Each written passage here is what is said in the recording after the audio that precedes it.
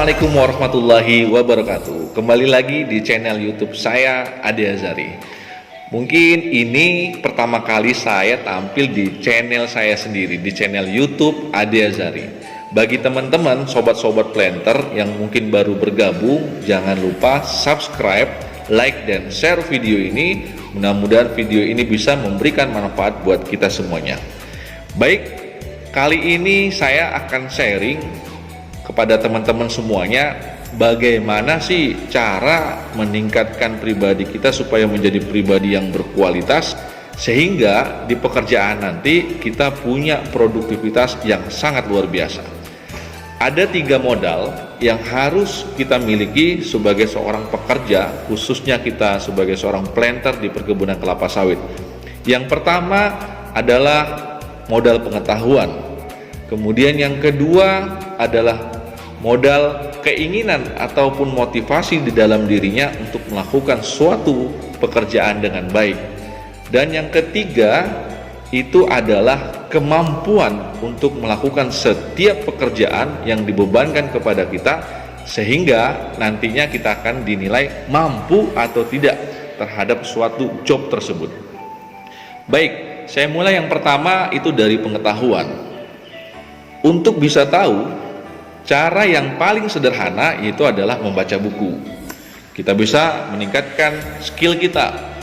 Kalau selain baca buku gimana? Mungkin kita bisa searching di Google, atau dengan cara yang lain kita lakukan proses in-class training, sehingga pengetahuan kita terhadap apa yang akan kita kerjakan itu bisa meningkat.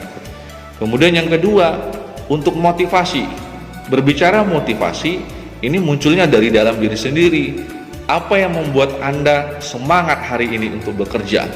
Mungkin bagi yang lajang, saya ingin segera menikah, atau mungkin ya dia pengen membahagiakan kedua orang tuanya. Ya apa saja yang menjadi motivasi supaya Anda bisa semangat untuk bekerja. Mungkin kalau sudah berkeluarga, punya anak, anaknya sudah kuliah, dia harus memikirkan, wah ini biaya kuliah anak saya cukup besar. Kalau saya tidak semangat dalam bekerja, bisa-bisa saya nanti dipecat. Kalau dipecat penghasilannya nggak ada, kan jadinya repot. Kemudian yang ketiga adalah kemampuan. Untuk kemampuan melakukan sesuatu, atau kita bilang action, eksekusi. Ini dengan cara kita pakai kemampuan potensi yang ada di dalam diri kita, entah itu menggunakan tangan kita, entah itu kita menggunakan kaki kita untuk berjalan masuk ke dalam ancak yang hari ini kita cek, supaya kita bisa menemukan potensi losis ataupun masalah yang ada di perkebunan kelapa sawit. Nah, saya ngebayangin jika salah satu daripada 3 item ini tidak ada di dalam diri kita, ini akan terjadi masalah. Kita bayangin nih, seandainya Anda tidak punya pengetahuan, tapi keinginan dalam dirinya untuk melakukan suatu pekerjaan, ini sangat luar biasa. Kalau saya contohkan, mungkin kasus ini dialami oleh teman-teman kita yang dari fresh graduate, yang sedang mengikuti proses manajemen training. Mereka baru lulus, tidak punya pengalaman, tiba-tiba mau masuk perkebunan kelapa sawit karena tidak punya pengetahuan yang baik, ya, tapi keinginan dia kuat. Sehingga selama proses trainingnya ini cukup lama, 1 tahun, sehingga dia baru bisa dinilai mampu untuk mengerjakan sesuatu.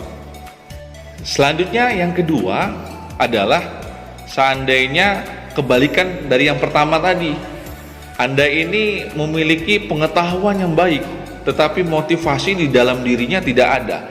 Saya yakin orang yang seperti ini tidak akan maksimal di dalam bekerja.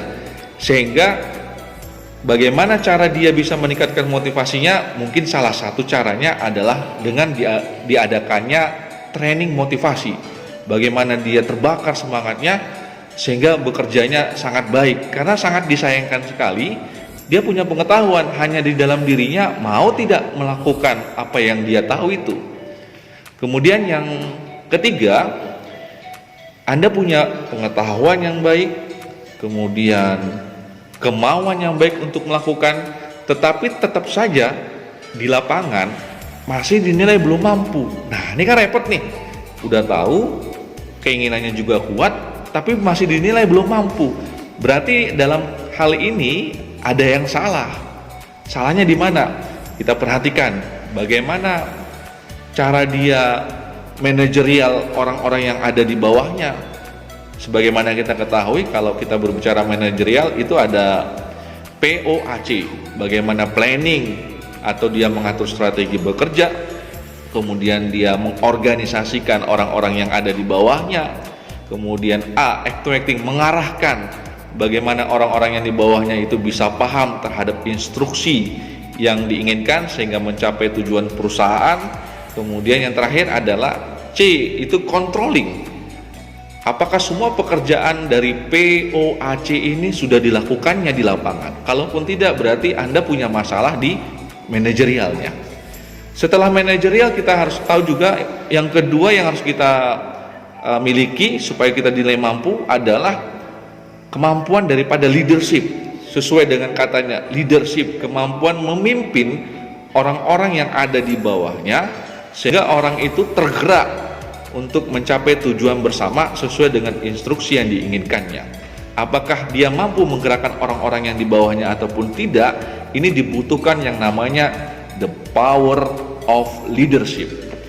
Saya yakin kalau kita sudah dibekali dengan pengetahuan yang baik, kemudian kita punya keinginan dan motivasi yang kuat di dalam bekerja, kemudian kita bekerja di lapangan sesuai dengan manajerial dan leadership yang luar biasa, dan tidak ada alasan kalau hal ini sudah kita lakukan, mudah-mudahan kita bisa menjadi tipe pekerja yang unggul, handal, berkualitas, dan bisa memberikan kontribusi yang positif buat kemajuan perusahaan kita. Oke, terima kasih. Saya kira demikian untuk sharing pertama saya di channel YouTube ini.